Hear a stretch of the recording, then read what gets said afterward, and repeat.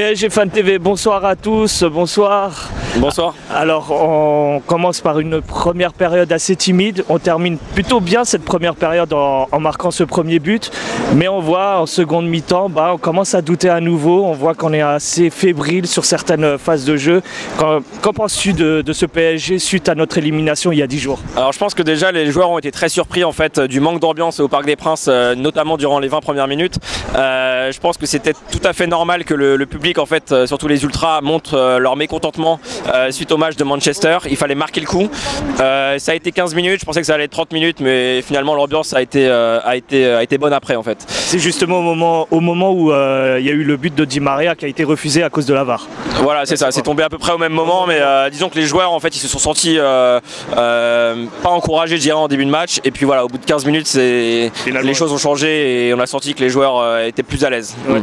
Pour toi, le doute qu'il y a eu justement pour la deuxième mi-temps, c'est dû à quoi justement? À cette attente qu'on avait auprès des joueurs, cette peur qu'ils ont. Quel est le ressenti que tu as face à ça? Disons que j'ai l'impression que les joueurs ont peur de refaire une deuxième erreur, et après l'égalisation de Marseille, heureusement le PSG a pas trop douté.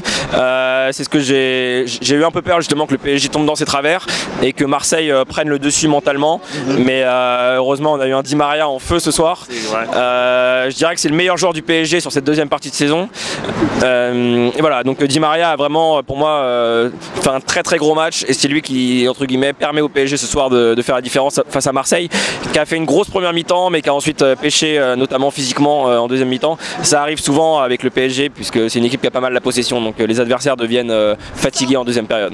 Qu'en as-tu pensé des choix de joueurs qu'a fait Tuchel justement? Il a eu des gros choix, notamment changer Buffon, Areola, remettre Marquinhos dans cette défense à 3, mettre Kurzawa et Meunier sur les côtés. Qu'en penses-tu? Disons qu'en termes de gardien, Areola c'est assez logique pour le championnat. Après il a préféré jouer avec uniquement 2 pointes devant, donc avec Mbappé et Di Maria.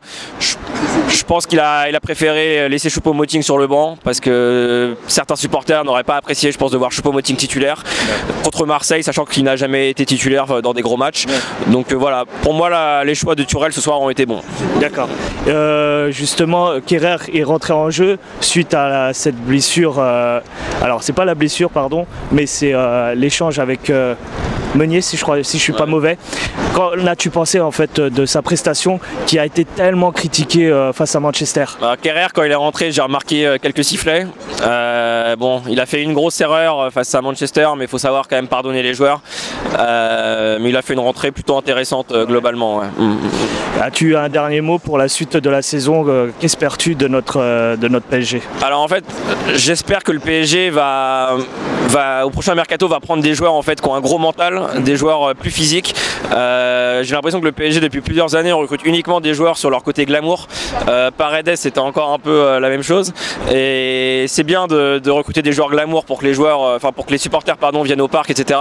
Mais au bout d'un moment il faut prendre des vrais guerriers, des mecs qui entre guillemets sur le terrain sont prêts à donner leur vie pour le club, et à Paris il manque vraiment ce genre de joueurs à tous les postes en fait.